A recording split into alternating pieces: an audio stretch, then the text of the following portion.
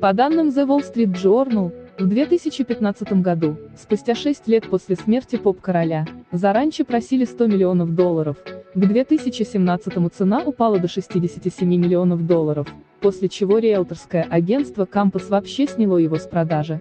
В марте этого года Neverland снова начали пытаться продать, но уже за $31 миллион.